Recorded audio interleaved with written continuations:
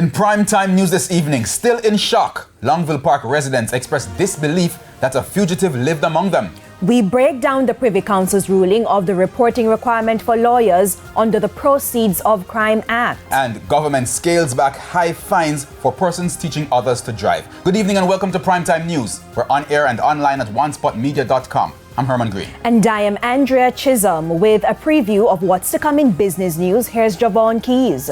Thanks, Andrea. The International Monetary Fund, IMF, has provided its latest Article 4 review on Jamaica. And in fact, the country is expected to continue recovering from the COVID-19 pandemic. I'll give you the details a little later on. All right, thank you, Javon. From Javon to Karen Madden. She's here with a preview of what's to come in sports. Karen? Well, Herman, it's the headache that simply will not go away. Another national football team encounters administrative hiccups en route to international competition. I'll give you the details later. And for a preview of the weather report and forecast, here's Romaine Robinson.